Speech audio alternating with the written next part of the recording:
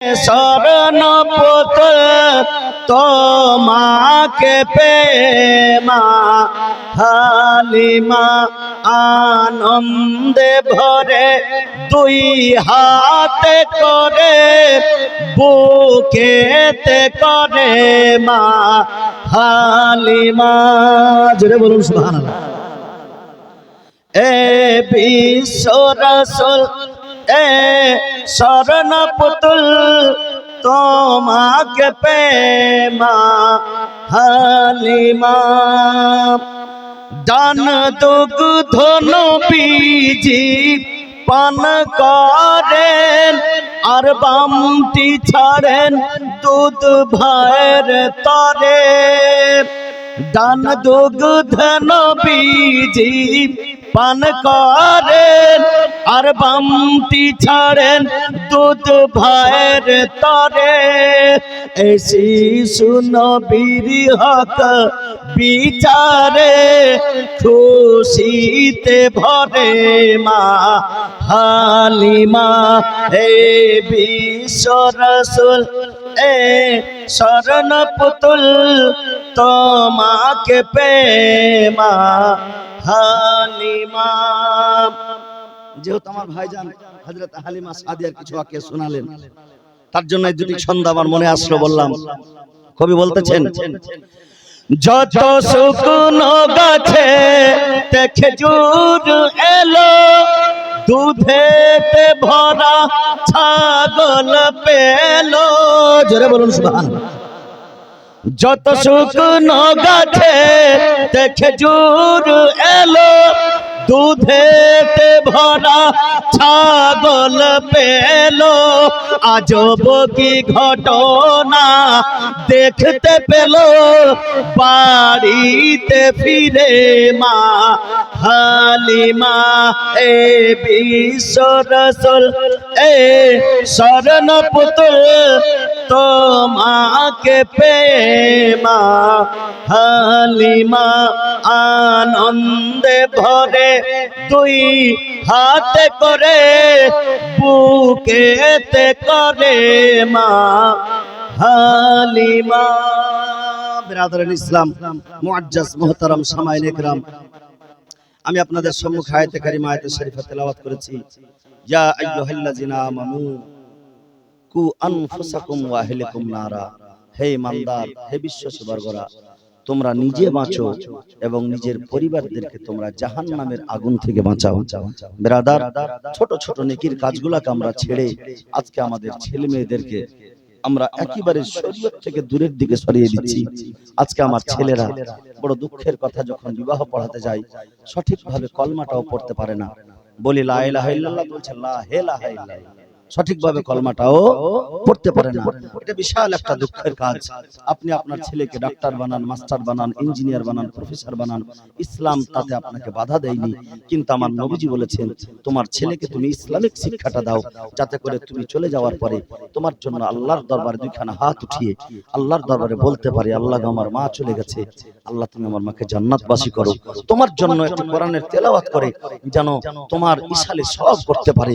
সেই ছেলেকে তুমি তাকে কোরআনের শিক্ষা দাও, তাকে ইসলামিক শিক্ষা দাও। তার জন্য আমার রাসূল পাক সাল্লাল্লাহু তাআলা আলাইহি ওয়াসাল্লাম ইসলামিক শিক্ষাকে ফরজ করে দিয়েছেন। হাদিসে মুবারাকা আমার নবীজি বলেন, তালাবুল ইলমি ফরিদাতুন আলা কুল্লি মুসলিম ওয়া মুসলিমা। প্রত্যেক মুসলমান নরনারীকে ইলমে দ্বীন শিক্ষা করা ফরজ রয়েছে। বিরাদারান ইসলাম, আমার নবীজি আরো বলেন, উতলুমুল ইলমা ওয়ালাউ কানা বিসজিন। যদি তোমাকে চীন দেশ যেতে হয় ইলমে দ্বীন শিক্ষা করার জন্য, তবু তুমি যাও।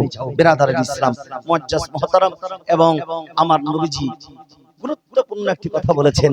সুবহানাল্লাহ, সবচেয়ে গুরুত্বপূর্ণ কথা আমার নবীর, কোনো কথা বিনা গুরুত্বের নয়। কিন্তু একটি কথা, সুবহানাল্লাহ, আমরা যেটাকে গুরুত্ব দিই না, হয়তো এই জিনিসটাকে আমরা গুরুত্ব দিই না বলেই কথাটা বললাম, যে একটু গুরুত্ব দেওয়ার চেষ্টা করতে হবে। যে এত সুন্দর কথা আমার নবী বলেছেন। আমার নবীজি বলেছেন, উতলুবুল ইলমা মিনাল মাহাদে ইলাল লাহাদ। তুমি শিক্ষা অর্জন করো মায়ের কোল থেকে নিয়ে কবর পর্যন্ত। এর মানে হলো এটা, খুব লক্ষ্য করে বুঝবেন, এর মানে হলো এটা, তোমার প্রথম বিদ্যালয় হচ্ছে মায়ের কোল। মায়ের কোলটা হচ্ছে প্রথম বিদ্যালয়।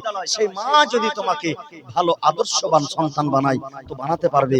তোমার মা যদি তোমার সামনে কাউকে গালি দেয়, বাচ্চাটা সেটাই শিখবে। তার মা যদি সেই বাচ্চার সামনে খারাপ কাজ করে, বাচ্চাটাও সেটা শিখবে। তার মা যদি সেই বাচ্চার সামনে নামাজ পড়ে, বাচ্চাটাও সেটাই শিখবে। তার মা যদি কোরআনের তেলাওয়াত করে, বাচ্চাটারও আগ্রহ সেটার দিকে যাবে। তার মা যদি ভদ্র ব্যবহারের হয়, বাচ্চাটারও ভদ্র ব্যবহার হবে। তার জন্য বিশেষ করে মায়েদেরকে বলবো যে আপনার মতো বড় শিক্ষক পৃথিবীতে আর কেউ নেই। সর্বপ্রথম শিক্ষক একটা মাকে বলা হয়েছে। মা, আপনি মা হওয়ার পূর্বে আগে শিক্ষকের যে আদর্শ থাকে সেই আদর্শ নিজের মধ্যে নিয়ে আসেন। দেখবেন আপনার ছেলে আদর্শবান তৈরি হবে। বড় হওয়ার পরে আপনাকে লাথি মেরে দেবে না। বড় হওয়ার পরে আপনাকে অনাথ আশ্রমে রেখে আসবে না। বড় হওয়ার পরে আপনার সামনে উঁচু আওয়াজে কথা বলবে না। বড় হওয়ার পরে আপনাকে অপমান করবে না। বড় হওয়ার পরে আপনাকে অমান্য করবে না। ইনশাআল্লাহ আপনার আদব কায়দা বজায় রেখে আপনার হক আদায় করবে। জোরে বলুন সুবহানাল্লাহ। আপনি মরার পরেও আপনার হকটা আদায় করবে যদি মা তাকে ভালো শিক্ষাটা দেয়। এর কারণ আমার নবীজি বলেছেন, তুমি মায়ের কোল থেকে নিয়ে কবর পর্যন্ত শিক্ষা করো। এর মানে হলো এটা, কবর যাওয়া পর্যন্ত তোমার শেষ স্থান। যতদিন কবর যাওনি ততদিন পর্যন্ত তোমার শিক্ষার বয়স আছে। আর তোমার যখন জন্ম হলো, মায়ের কোল থেকেই তোমার শিক্ষা শুরু। মানে প্রাথমিক বিদ্যালয় সবচাইতে বড় বিদ্যালয় মনে করতে হবে মায়ের কোল। এর কারণ যেটা ইউনিভার্সিটি চলছে, কলেজ চলছে, সেই কলেজ আজকে আমরা বড় মনে করি। তার চাইতে আসল বিদ্যালয় হলো কোনটা? প্রাইমারি, প্রাথমিক বিদ্যালয়, যেখানে আপনার ভিত স্থাপন হচ্ছে। বিরাদারে ইসলাম, যদি আপনার ভিত ঠিক না থাকে 10 তলা বিল্ডিং হবে না, 20 তলা বিল্ডিং হবে না। আপনার ভিত যারা করে ওই প্রাথমিক বিদ্যালয়, প্রাইমারি, সেটা কিন্তু কলেজ চাইতে বড়। যদিও আমরা সেটা জানি না ভালোভাবে। বিরাদারে ইসলাম, আজকে কলেজের প্রফেসর তাকেও দেখেন প্রাইমারির শিক্ষকের কাছে পড়েছে। সে প্রাইমারি হোক বা নার্সারি, প্রাইমারি বা নার্সারি দুটোই স্কুল চলছে। সে প্রাথমিক স্কুলে লেখাপড়া করেছে। আজকে ডক্টর বলেন প্রাথমিক স্কুলের কাছে, প্রাইমারি টিচারের কাছে পড়েছে। মাস্টার বলেন প্রাইমারি টিচারের কাছে পড়েছে। ইঞ্জিনিয়ার বলেন প্রাইমারি টিচারের কাছে পড়েছে। আজকে বৈজ্ঞানিক বলেন প্রাইমারি টিচারের কাছে পড়েছে। বিরাদারে ইসলাম, এক কথায় অফিসার, প্রফেসর যত কিছু আছে সেই প্রাথমিক বিদ্যালয়ের কাছে পড়েছে। তার মানে এটা আমরা ওই প্রাথমিক বিদ্যালয়কে ছোট মনে করি। ছোট নয়, আসলে সেইখানে আপনার ভিত স্থাপন হচ্ছে। ঠিক সেই রকম ভাবে তার আগে আপনার মায়ের কোলের শিক্ষাটা, সেই শিক্ষাটাই হচ্ছে সবচাইতে বড় শিক্ষা। সেই শিক্ষাটাই হচ্ছে সবচাইতে ভালো শিক্ষা। আর সেটাই হচ্ছে আপনার প্রথম বিদ্যালয়। আপনার ছেলে হয়েছে আনন্দের কথা, মেয়ে হয়েছে আনন্দের কথা, আপনার রহমত এসেছে বাড়িতে, নিয়ামত এসেছে বাড়িতে। সেই জিনিসটাকে আপনি আদর্শবান করেন, কিন্তু তাকে ইসলামিক শিক্ষা দিয়ে, তাকে ভালো আদর্শ দিয়ে, যাতে আপনার ছেলে সমাজে বড় হওয়ার পরে বিরাদার আপনার ছেলে যাতে একটা সুনাম ছড়ায়। আপনার ছেলেকে মানুষ যেন সুসন্তান বলে ঘোষণা করে। মানুষ যেন বলে যে ছেলেটা ভালো, ছেলেটা ভদ্র, ছেলেটা মা বাবাকে সম্মান করে, মা বাবাকে সেবা করে। বিরাদারে ইসলাম, যখন গ্রামবাসী যখন আপনাকে ভালো বলবে তো আল্লাহ তাবারাক ওয়া তাআলাও আপনার ভালোর খাতায় নাম লিখে দেবে। কারণ আমার নবীজি বলছেন, ওয়া আনতুম শুহাদা ইল্লা ফিল আরদ, তোমরা হচ্ছে জমিনের উপরে সাক্ষী। তোমরা যার ব্যাপারে ভালো সাক্ষী দেবে, আল্লাহ সেটাকে গ্রহণ করে নেয়। জোরে বলুন সুবহানাল্লাহ। আল্লাহ তাবারাক ওয়া তাআলা আমাদেরকে সঠিক সরল পথে যেন চলার। আল্লাযিনা আমানু কু আনফুসাকুম ওয়া আহলিকুম নারা, সাদাকাল্লাহুল আযীম ওয়া সাদাকা রাসূলুহুন নাবিয়্যুল আমিনুল মাতিনুল মাবিনুল কারীম, ওয়া নাহনু আলা যালিকা লামিনাশ শাহিদিন ওয়াশ শাকিরিন, আলহামদুলিল্লাহি রাব্বিল আলামিন। মঞ্চে উপস্থিত উলামায়ে কেরাম এবং শ্রোতা মণ্ডলী, সকলকে জানাই আমার সালাম। আসসালামু আলাইকুম ওয়া রাহমাতুল্লাহি ওয়া বারাকাতুহু। যাবতীয় পবিত্রতা, প্রশংসা, গুণগান ও গুণকীর্তন এক মহান রব্বুল আলামিনের দরবারে নিবেদিত, যিনি এক ও দ্বিতীয়, যিনি ওয়াহদাহু লা শারীকা লাহ, যিনি অব্যয় অক্ষয় নিরঞ্জন নিরাকার, যিনি কোন শব্দের দ্বারা 18,000 মাখলুকাতকে সৃষ্টি করেছেন এবং আশরাফুল মাখলুকাত করে মানব জাতিকে প্রেরণ করেছেন। সে প্রতিপালকের দরবারে সকলে শুকরিয়া আদায় করি। সকলে পড়ুন আলহামদুলিল্লাহি রাব্বিল আলামিন। তারপরে পরে ধর্মের গুরু আকায়ে নামদার মাদানী তাজদার হুজুর পুন্নু শাফিয়া মুন্নসুর সাল্লাল্লাহু তাআলা আলাইহি ওয়াসাল্লামের প্রতি লক্ষ কোটি দুরূদের ধারা গর্পিত হোক, বর্ষিত হোক। সকলে বলি আল্লাহুম্মা আমিন।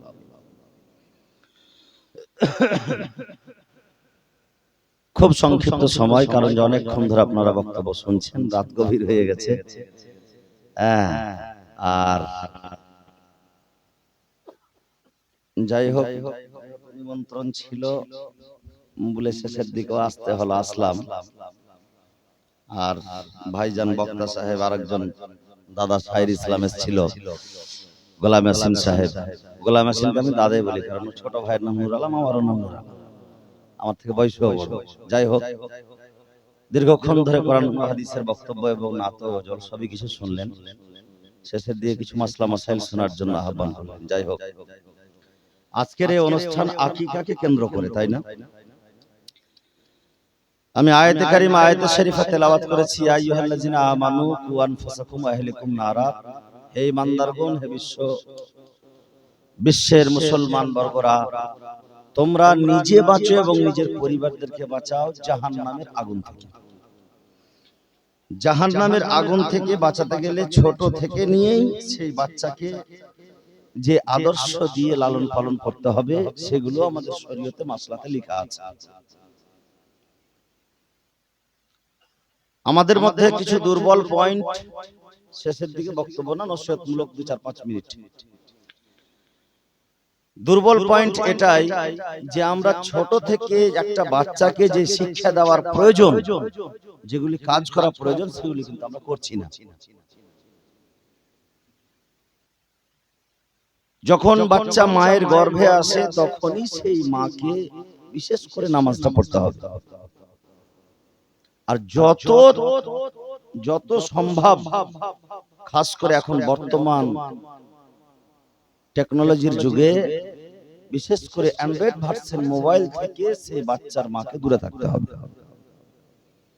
এটা শুধু আমি নয়, সায়েন্সও প্রমাণ করছে যে বাচ্চার মা যেই কাজ করবে সে বাচ্চার উপরে সেটা প্রভাব পড়ে।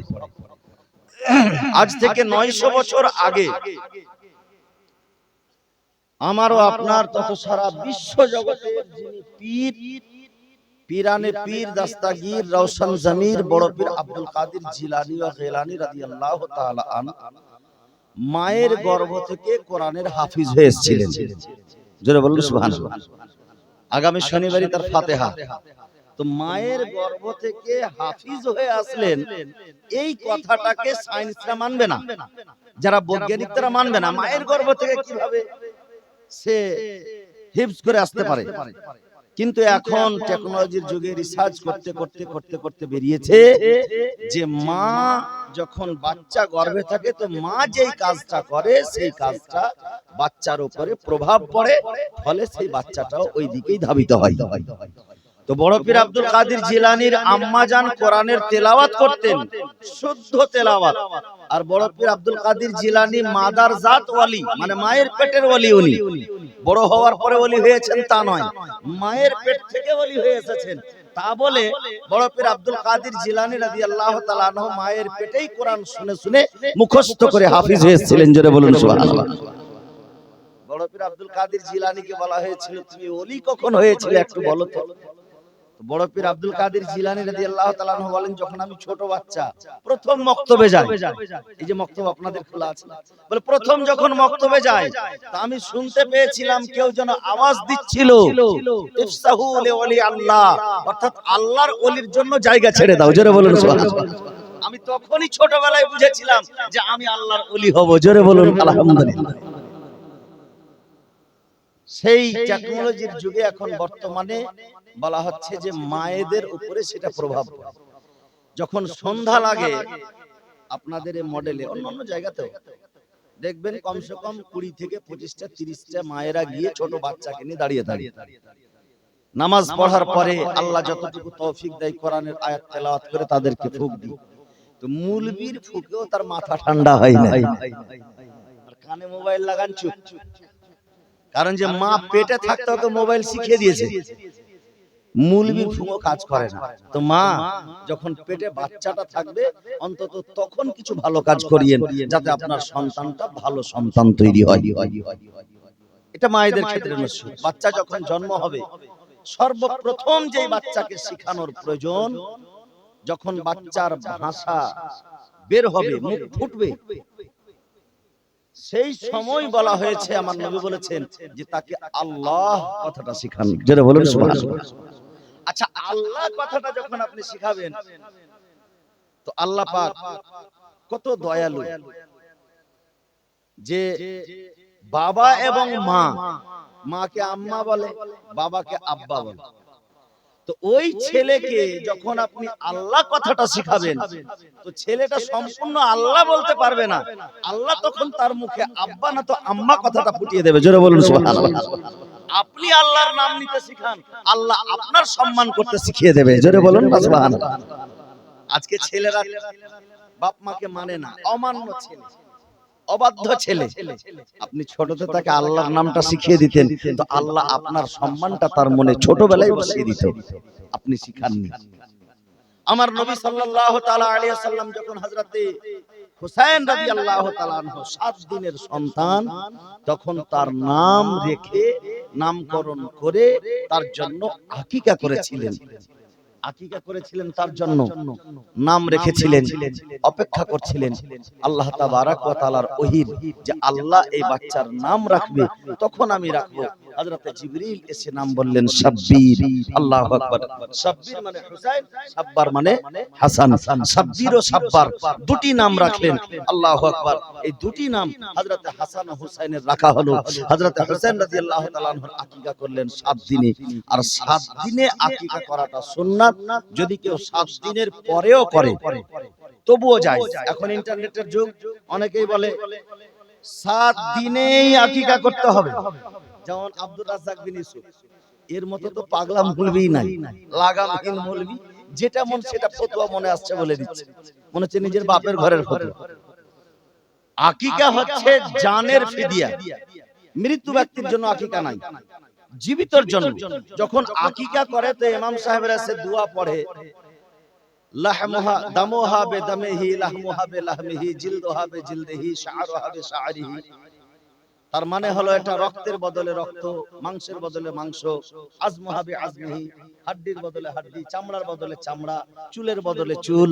এক কথায় মানুষের যেই যার নামে আকিকা হবে তার জানের এটা হলো ফিদিয়া। জোরে বলুন সুবহানাল্লাহ। এই ফিদিয়াটা আপনার জীবন দশায় আপনি বেঁচে আছেন, যদি আপনার আকিকা ছোটবেলায় না হয়, আপনি বড় হয়েও দিতে পারেন। তবে বেটার হলো সবচাইতে 7 দিন। 7 দিনে আকিকা দেওয়ার পরে যদি পারেন একটা বাচ্চার মাথাটাকে নাড়া করে, আর ওই পরিমাণের যে চাঁদি, ওই মাথার চুল যে হবে, ওই চুলের পরিমাণের চাঁদি কত হবে? খুব বেশি 1 ভরি, এখনকার বর্তমান বাজারে না হয় 1200 টাকা। ওই পরিমাণের চাঁদিটা আপনাকে গরিব দুঃখীকে সাদকা করতে হবে। আর যদি পারেন তো বাজার থেকে কিনে নিয়ে আসবেন, বইয়ের দোকানগুলা থেকে জাফরান। ওই জাফরানটাকে ঘুলে দিলে একটা কালার তৈরি হয় লালের মতো, মেহেদির মতো। ওই জাফরান ছোট বাচ্চার মাথাতে লাগিয়ে দেন, মাথাটা নাড়া করার পরে তাতে আল্লাহর হুকুমে তার ব্রেনটা তীক্ষ্ণ হবে। জোরে বলুন সুবহানাল্লাহ। আচ্ছা, এই যে আপনার আকিকা, যেহেতু আকিকার এখন তো ধরেন যে শেষ রাতে বুড়া রাতে আর কি বক্তব্য, তবে মাসলা মাসাইল এই আকিকার ব্যাপারে কিন্তু অনেকেই মাসলা জিজ্ঞাসা করছে। আজকে একজন জিজ্ঞাসা করতে গেছিল আকিকার ব্যাপারে মাসলা, তো জিজ্ঞাসা করছে মাসলা কি, বলে হুজুর আকিকার মাংসটা কি করব, যদি আমি বিতরণ করি তো কাকে দিব, কাকে কেমন দিব? তো দেখেন, আকিকার মাসলা সম্পূর্ণ কুরবানির মতো। আকিকার মাসলা কুরবানির মতো। কুরবানির মাসলায় লেখা আছে যদি আপনার ফ্যামিলি বড় থাকে আপনি সম্পূর্ণটা রেখে দিতে পারেন, কোনো যায় আসে না। আপনি মাংস রান্না করে যদি আত্মীয় স্বজনকে খাওয়ান কোনো অসুবিধা নেই, কিন্তু হবে কি 3 ভাগ করে, 1 ভাগ গরিব দুঃখী, 1 ভাগ আত্মীয় স্বজন, 1 ভাগ নিজের বাড়িতে।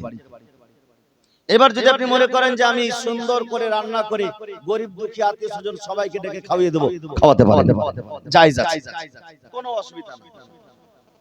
অনেকেই মাসলা জিজ্ঞাসা করে যে আকিকার যে গরু কিনবো এখন পর্যন্ত দাঁতেনি, গরুটা চলবে কিনা, খাসিটা চলবে কিনা? এই আকিকার গরু বা আকিকার পশু আপনার স্বয়ং কুরবানির মতো।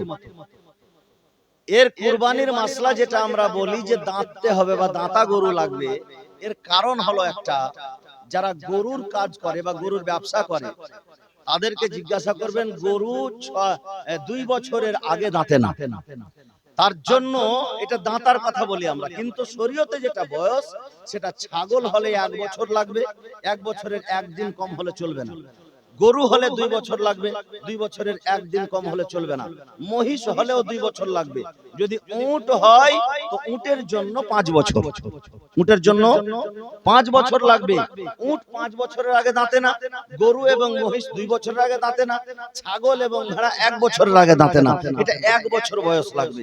1 বছর বয়স পূর্ণ, কাটা ফাটা ন্যাংড়া খোড়া কানা লুলহা এগুলো চলবে না। ভালো কুরবানি যেমন দেন তেমন আকিকার জানোয়ার ভালো দিতে হবে।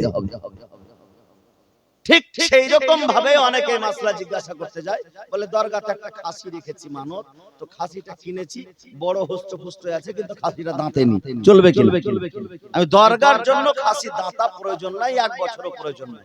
আপনি খাসি নিয়াত করেছেন, একটা খাসি নিয়ে গেলেই হবে। ঠিক আছে না? এই কিছু কিছু মাসলা কিন্তু জানার প্রয়োজন আছে। আচ্ছা, একটা মাসলা আর খুব প্রচলন, অনেকেই বলে যে আকিকার যে মাংস যার নামে আকিকা হবে সে বাচ্চার বাপ মা বলে খেতে পাবে না। এটা প্রচলন। অনেকে জিজ্ঞাসা করে তার বাপ মা সে মাংস খেতে পাবে কিনা।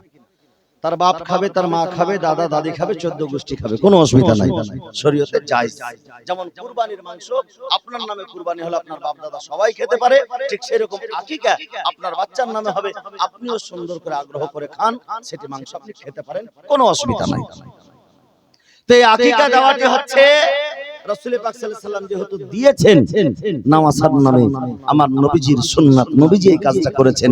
বিরাদারের ইসলাম, এই আকিকা আপনার একটি সুন্নাত কাজ, শুভ সুন্নাতে আপনারা যে একটা অনুষ্ঠান করেছেন, খুব সুন্দর কাজ করেছেন। এর কারণ আমার রাসূল পাক সাল্লাল্লাহু তাআলা আলাইহি ওয়াসাল্লাম বলেছেন হাদিসে কারিমা, আমার নবীজি বলেন কুল্লু আমরিন জিবালিন লাম ইউবদা বিহামদিল্লাহি তাআলা ফাহুয়া আখতা। প্রত্যেকটি শোভনীয় কাজ যেটা আল্লাহর প্রশংসা দিয়ে শুরু হয় না সেটা অসম্পূর্ণ থাকে, সেটা পূর্ণ হয় না, সেটা পূর্ণতা পায় না। আল্লাহর নাম দিয়ে আপনি শুরু করেছেন, এতে আল্লাহ তাবারক ওয়া তাআলাও খুশি হবে, আমার নবীজিও খুশি হবে। জোরে বলুন সুবহানাল্লাহ।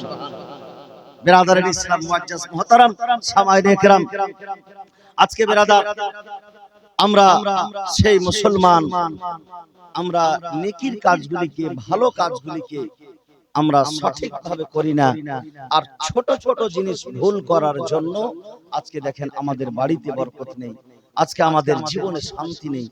এখন দেখবেন, খেয়াল করবেন, হয়তো সবারই বাড়িতে নয়, অনেক বাড়িতেই হয়তো শুরু হয়ে গেছে, মা বোনেরা রান্নাটাও করবে তো মোবাইলে গান বাজিয়ে, হয় না? সব বাড়ির কথা বলছি না আমি, অনেক মা বোনের অভ্যাস। কিন্তু আমাদের মায়েদেরকে আমরা দেখেছি যে একবার থালি ধুতে বিসমিল্লাহ, একবার চাল ধুতে বিসমিল্লাহ, উঠে ডালবে তো বিসমিল্লাহ, এরা বিসমিল্লাহই ভুলে যাচ্ছে। বিসমিল্লাহ না হলে তোমার বাড়িতে বরকতটাই হবে না। কেন হবে না? হাদিসে পাকের মধ্যে রয়েছে, আমার রাসূল পাক সাল্লাল্লাহু তাআলা আলাইহি ওয়াসাল্লাম বলেছেন কুল্লু আমরিন জিবালিন লাম কুল্লু আমরিন জিবালিন লাম বিসমিল্লাহ তাআলা ফাহুয়া আখতা। অর্থাৎ প্রত্যেকটি শোভনীয় কাজ যেটা আল্লাহর বিসমিল্লাহ দিয়ে, আল্লাহর নাম দিয়ে শুরু হয় না, সেটা অসম্পূর্ণ থাকে, সেটা আধুরা থাকে, সেটা পূর্ণতা পায় না, সেখানে বরকত আসে না। আল্লাহর নাম দিয়ে আপনি শুরু করেন, ইনশাআল্লাহ সেই কাজে আপনার বরকত আসবে, সেই কাজটা আপনার সম্পূর্ণ হবে, আপনার জীবনটা শৌখিন হবে, আপনার ছেলে মেয়েটা সেই খাবারটা খেয়ে তৃপ্তি পাবে এবং তার ইবাদতের দিকে মনোযোগ হবে। জোরে বলুন সুবহানাল্লাহ। কিন্তু আমরা ছোট ছোট ভুল কাজ করার জন্য আমাদের জীবনটা আস্তে আস্তে ব্যর্থতার দিকে চলে যাচ্ছে। দুরূদে পাক পড়েন, জলসা শেষ করে দেব। আল্লাহুম্মা রাসূল এ শরণ পুত্র তোমাকে পেয়ে মা হালিমা